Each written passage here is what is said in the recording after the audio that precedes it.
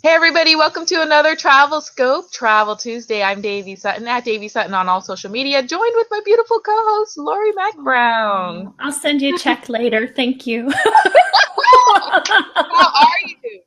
Look, we're I in our am. booth today. I know. I know. I'm digging your hair wrap this week. Those are my colors. Yeah, I'm digging that. Love it. So, good. Yeah, so I just returned back from Quebec, Canada, the Eastern Townships. oh. I came back what night? I think it was Friday night. It all moved so quickly, this world. When you And it was travel, there is no sense of time, is there? No, you just always ask what day it is just to write the date down on something, but it's not like Right. you really need it for anything else. Other than to But make sure you don't miss your flight.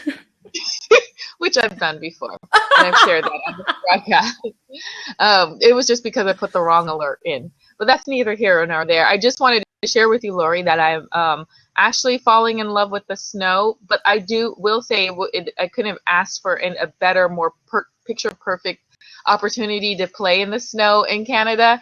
It wasn't a thunder snow. It wasn't, a storm or anything. It was like that nice, soft, like picturesque snow where you can pose on The hikes and ethereal. yeah. You weren't singing "Let It Go," were you?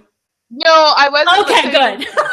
And also, it also helps when you're in the snow, when you're prepared for the snow. So, you have the layers on, so you're not really cold. It's not windy. It's just like, oh, let's take a picture outside by the frozen lake while the duckies are flying, walking by on the ice. Everybody was pleasant. And so I played on the snow and I did some adventures like I normally do. I rode a fat bike. Oh, I Um, saw that. How was that? I slipped on ice, but fat bikes are generally made for like really. So they're called fat bikes because the tires are about this wide. If you can see, like normal bike tires are that wide. So normal bike tires would like dig into the snow. So they make the fat bikes. It was originally the history on it. It was originally made for sand and beaches to ride on beaches. So they've Right. adjusted the tires to have a little more kind of grooves.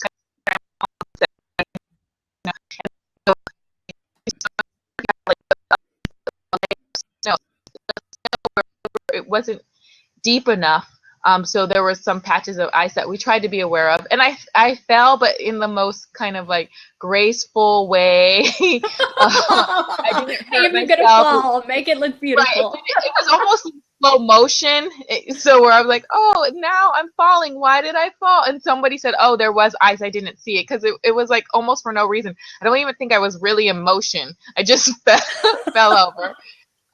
And then we were supposed to snowshoe. Have you been snowshoeing? I have it. That's on my list. Yeah, it was on my list too, but again, the snow wasn't deep enough.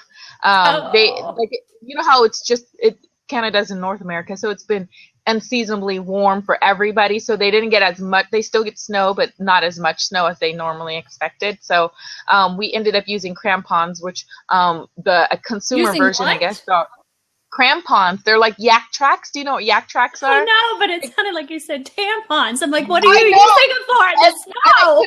I couldn't remember the name, and the people kept saying, like tampons. So I will forever remember them. But they kind See? of are.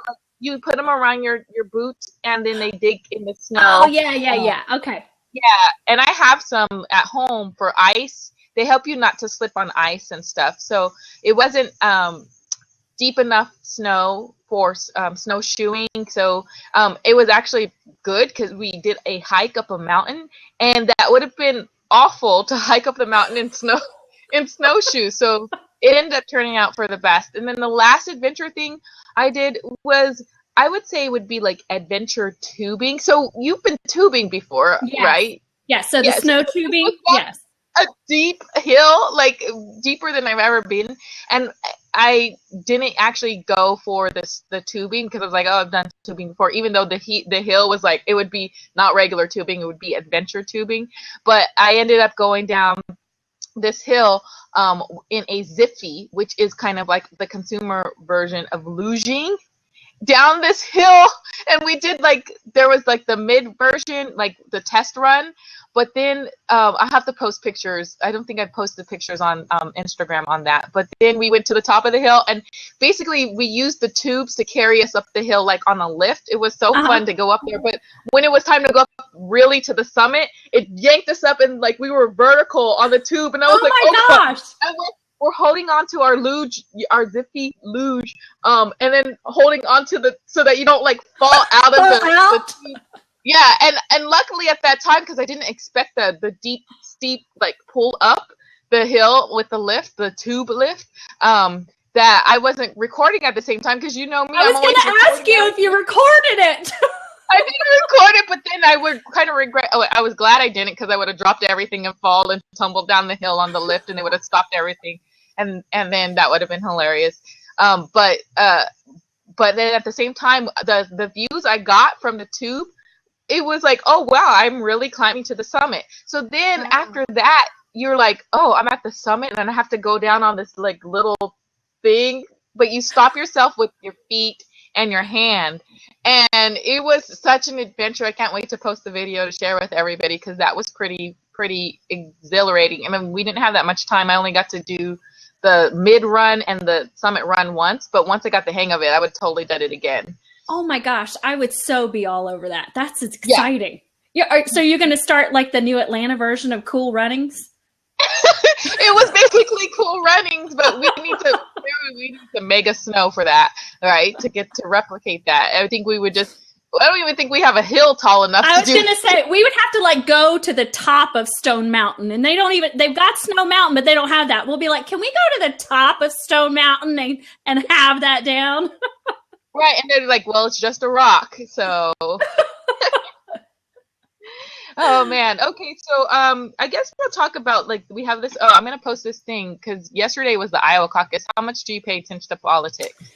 You know, my husband is really on it, and I think I have just gotten so overwhelmed with some of the rhetoric that I shut down right now, and I've just started paying attention enough.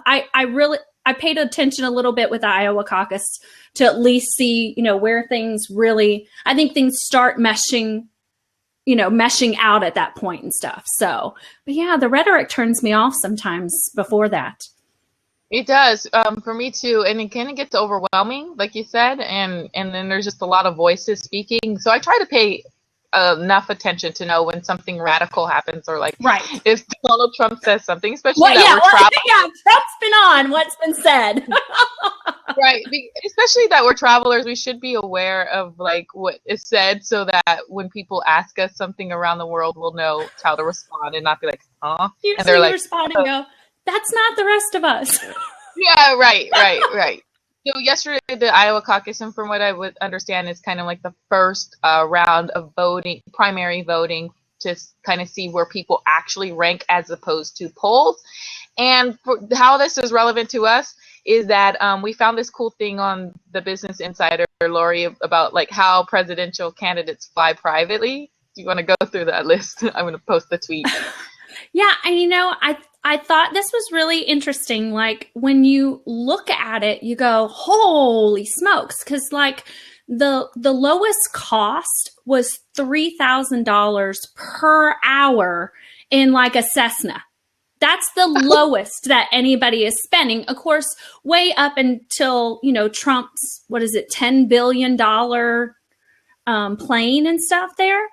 But I was intrigued to see, do you know, like, who pays for what on that? What's your take on that? Do you think that that's a taxpayer pay? Do you think that they're paying for it? Because it was interesting on one of them. It's not a tax. Oh, go ahead. Well, one of them says at their own cost.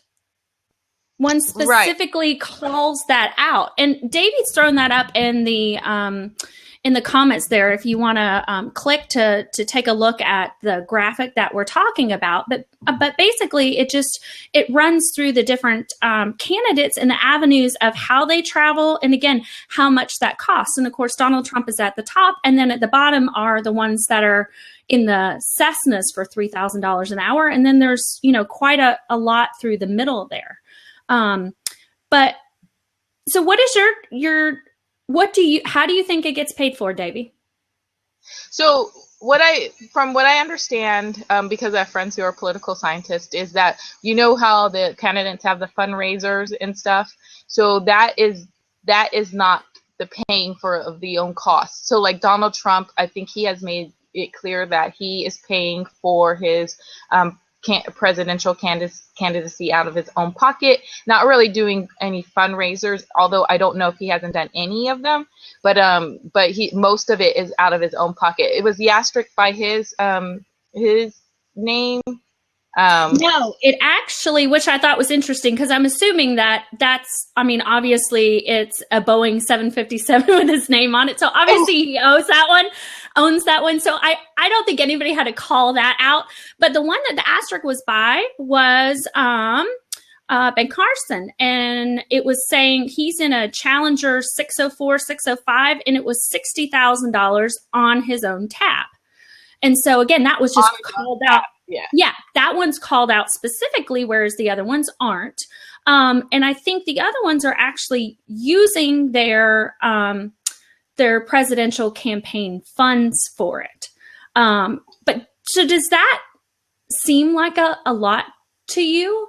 Well, I think it seems like a lot to all of us, because like it's a millionaire talk. I always used to when I was in college. Well, do you remember the rapper Mace? And he says, I don't understand the talk of people with short money. And when I was working for news stations, I got an opportunity to speak to like many, not many, but like the 1% quite often. And there's just a different language with people with millions of dollars. For example, there was a couple years, or maybe like at this time, like 3 or 4 years ago, Jimmy Johnson, the NASCAR driver, was in a slight, I don't think he was really injured, but plane crash in Jimi Hendrix, not Jimi Hendrix, Rick Hendrix. Wow. And Jimi Hendrix plane, that's amazing, that's magical. How did that happen? In Rick Hendricks' plane, and he was coming from Florida back to the Charlotte area. The headline says Jimmy Johnson in plane crash in Rick Hendricks' plane. And I was so confused by that. Now, at the time, at the station I worked for, my producer said, her husband was actually a NASCAR crew chief. And so she knew a lot about about NASCAR and stuff. So I just couldn't understand the language of that headline. What did that mean? Like, why? So who was in the accident? I just from the headline was like, who was in the accident? Was Rick Hendricks in the plane? Like, why was Jimmy Johnson in his plane? And she was like, oh, no. Sometimes, like, Hendricks' plane was in Florida. Jimmy Johnson was returning from the race in Florida. He said, oh, you can just use my plane, bring my plane back to Charlotte for me. So he was like escorting his plane back. So is that kind of like house sitting, but it's I'm plane sitting it back to you. I'm just bringing it back to you. First of all, I already had a basic understanding of how much it costs to take a chopper, because our station had a helicopter, a chopper up in the air every day, and it's quite expensive, so let alone a private plane. To just go ahead, like, he left it, like, I don't know how he got disconnected from his plane. Maybe he let some other of his I guess employees use the plane down to the race, and it was just stuck there. So he was like, can you go ahead and bring it, don't take the commercial flight, go ahead and bring it back, or whatever way you were going to get back home, just bring it back home. And that was kind of like my first awakening to the language of people with big money. It's just a different kind of way of it. So laying that foundation, that's why I say it's kind of all relative. It is, these numbers are astronomical to us, but then again, like, think about it. So Trump has his plane, his own, he's at the top of this list. And you guys just joining the chat room, I have the link in the question of what the graphic we're talking about is, how much it costs to, like, someone kind of broke down an estimate of how much it's costing candidates to fly privately on this campaign trail. So from like one city to the next, even if it's like internally within state, we know that Trump for years has had his own private plane.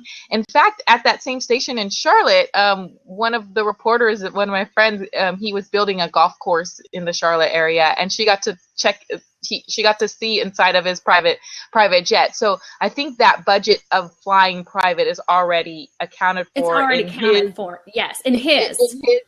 For him, but for the other people, like I'm sure Hillary is used to flying. Right. Yeah, some of those other ones, that's actually coming out of their campaign funds and stuff then. But it was interesting. I thought about this, just like you said, it's a matter of perspective and how, some of us small money people can't see the perspective. I found some numbers that were reported in the National Journal, and they were looking at Obama's budget back in 2012 campaign. And so they are reporting that he had almost $737 million in expenditures for that. Let me ask you, what percentage of that do you think was travel? Do you think it was huge, talking about some of the numbers, or what percentage do you think of that was travel? So there's another X factor that I don't know if we're considering, because at some, and I have to ask some of my friends who cover politics too. I should have invited them to join this conversation because we're so limited in our knowledge. We know our ignorance, huh?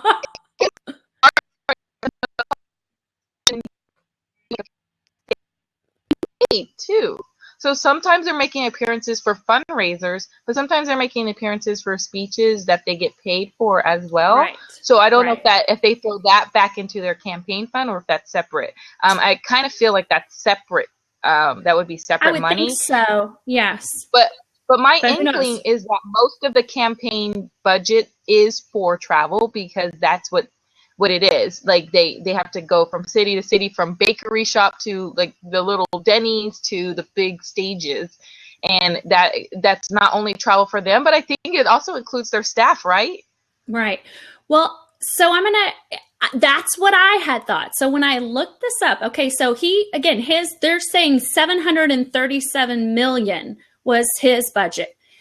65% of his budget was for media, TV, print, radio, things like that. So 65% of his budget went to that. So out of $737 million, they're lumping travel under administrative costs, and that was only $35.9 million out of 737. Now that's just the numbers I was able to find in this nationaljournal.com article. So when you look at it that way, it doesn't seem so big then, does it? No. Okay. So what? So what? I know. Media. Oh, I guess like the ads and stuff. Yeah. So they're saying media, example, TV, radio, airtime, digital and print advertising, blast faxes, phone banks, internet ads, media consultants, and production. Is what they classified that in there. And then travel was lumped in administrative costs. And the way they reported this was that was operational costs of running of a campaign, including web hosting, utilities, travel, lodging, food, office rent, equipment, legal fees, accounting. So it's lumped in a category with all those things. And so again, this was the only example that I'd found of this, but in that I was rather shocked, to be honest, because it was such a much lower number than what I had envisioned in looking at those types of numbers. But then again, maybe that is that, small money looking at that. Right, small money, regular people looking at that. That's it. Okay. So with that person, that was 65%? 65% of it was media. So that came out to $483.8 million of his $737 million. And then travel was $35.9 million. So basically, if we go by Donald Trump's numbers, then he is spending, so using that same kind of ratio assumption, then, does Donald Trump have any ads out? Well, I don't know. I don't really watch that much TV to know that. I don't know. I'm sure they all, in essence, do. They have to. I mean, Right. there's, but I don't know. I don't. So It would have been really interesting. He's already at 100 million. So like, I'm trying to do math in my head, but that's not my strong point. So, yeah, just to multiply that for how much more he's spending on this campaign out of his budget. But I wondered this about him for a while, like paying for this out of your budget. When you're a billionaire, how much does this really chip away? Like, does he account for this in advance? Like, hey guys, I'm going to, whoever helps him manage his wealth. This is how much I'm going to put towards it. Yeah, like in advance, or is it like winging it? Guys, I'm going to win. We're just going to open the bank and spend. I don't know. I guess it depends on how much you want something or how much you think you can have it, or I don't know. I mean, but then again, that goes back to you and I are thinking about, do you budget for this? Is that small money talk, or is that, I mean, I don't know. I don't know. Do we budget for a political campaign? Yeah. Hey, Davey, if you're going to run for president, would you really budget that? Or well, they have budgets and they clearly have counting, because on the back end they have to like account for everything. But right. At the same time, So I have another interesting question to ask you that I learned in researching this. Where the campaign funds that they are given, okay, that they are all allotted from the government, where does it come from? Does it come from the general budget?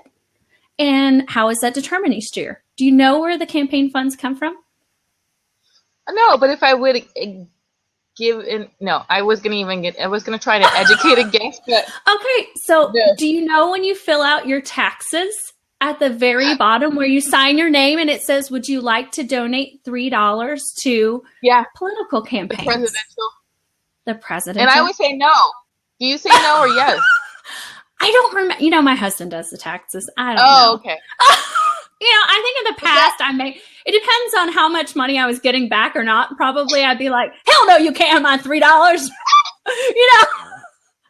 But my $3, I want it all. I want it all. You owe me, government. I want it all. No. Yeah. So there must be enough people. That tells me there's enough people who that's kind of what, so, and I guess and I would have to look back. I'm kind of flying by the seat of my pants on explaining this a little bit, but I guess what they do is if they don't get in the type of money that they're used to getting in, then it is divvied out. And at first the money goes first and foremost to the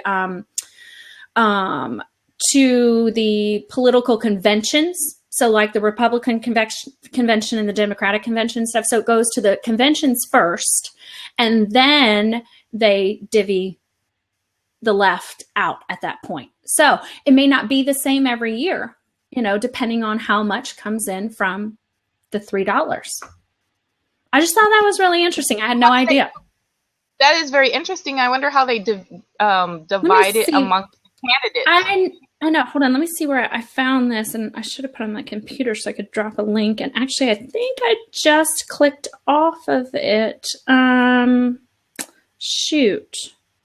I'll have to find it here in a minute and I will drop a link in there. But so it kind of in the same realm, I thought it was really interesting then. I thought, okay, well, we're talking about how much travel the candidates do. But then, it's been in the headlines a lot about how much the president has spent on vacations. That's been in the headlines a lot and stuff then too. And so, they've been throwing astronomical numbers in the millions. Every time he goes away, he's spending millions and millions and millions, and he's taking this many days on vacation and stuff. And so I found some really interesting numbers on that as far as, do you think that when he goes on vacation that taxpayers foot the entire bill? I think it's most of it. I think there is a vacation budget for the presidents. So the majority of what those numbers that they're talking about are the cost of Air Force One and the staff. So taxpayers, the president has to pay for their own and their families' lodging, food, and incidentals while on vacation. And this is reported by the Washington Post, as well as any guests. That's why you see a lot of them going to Camp David, or they stay with wealthy friends and stuff like that, because they do have to pay for those type of things. But the taxpayers cover what it takes to keep the commander-in-chief working. So while like the lodging and meals are extra, the taxpayers are paying the salary of the White House staffers, the Secret Service, and the cost of Air Force One. So, but what's interesting, the way they report those is those staffers would still be being paid if he wasn't on vacation, right? Oh, yeah, yeah. You know, I mean, so in the Secret Service, they would they don't only work when he's on vacation, but right. All right, so I'm going to throw one more out there. What do you think? We've seen some of the numbers on what it costs per hour for, some of these jets and stuff that the political candidates are. What do you think it costs per hour for Air Force One? Oh Lord, I have no basis on what to. I have no clue, because I guess the cost. Let me know if I'm right. The costs include the staff, the pilot, and all of those things. Yeah, I would assume that they're doing the operational costs of the plane and the staff of the plane would be and the peanuts. And the peanuts, yes. Well, Washington Post is reporting in this article that it is nearly $180,000 per hour. Now, what? No, yes, $180,000 per hour. Now, let that sink in there for a minute. So, when a president goes on vacation, even if they're paying for all the other stuff, we can see how, just a flight, depending on how long you're going, can add up to $1 million quickly, Right. So I just thought it was a really, so when we're talking about some of these people spending, $3,000, $5,000, even $60,000 on it, think what it's going to cost when they get in the White House. It's nothing. It's a drop in the bucket. Right. But it's not a drop in their bucket, though. It's it's not out of their pocket. I know they always used to make a big deal about the president's vacations, but it's good to know, like, when you think about it, they actually do just pay for their vacations like every other citizen does. Well, and I've had when you hear about some of those, you go, what, but some of the stuff I was reading, you think about it. And even, I think it was, I wish I could find the quote. I think it was Nancy Reagan. And basically, she was saying, hey, a president is never on vacation, because they're still getting briefed every day. Some of the biggest decisions that presidents have made have been while they're on vacation. So it's not like they've just punched out on the time clock and they're gone. The country still operates, and they still have to do their job on a daily basis. But basically all it is a change of scenery. And they have to, and the whole White House staff, their staff goes with them. They have to be able to operate the country without having lag. If you've got something big that happens, you don't have to be like, they're operating over there. Oh, let's take 5 minutes to try to get the president. Maybe he's, windsurfing. We'll have to wait till he, certain decisions don't wait like that. So they have to be able to operate wherever he's at without delay. So, and we've seen that even with President Obama having to return from Martha's Vineyard. Right.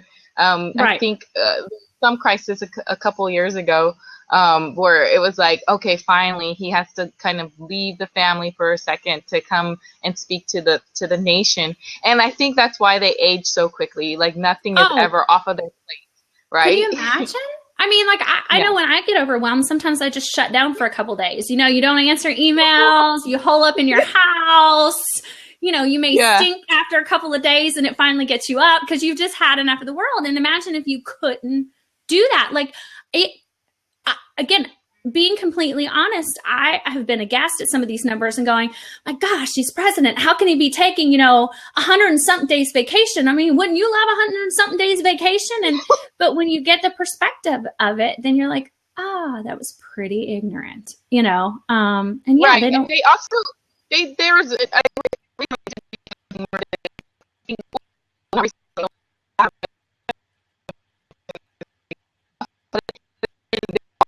people who point out that he has taken the least amount of vacations in the recent presidencies. And there's the other perspective thing, because even if I think he took like 80 something days or something, and then all the other presidents have taken over 100 days of vacation, and it's really just a change of scenery, like you said.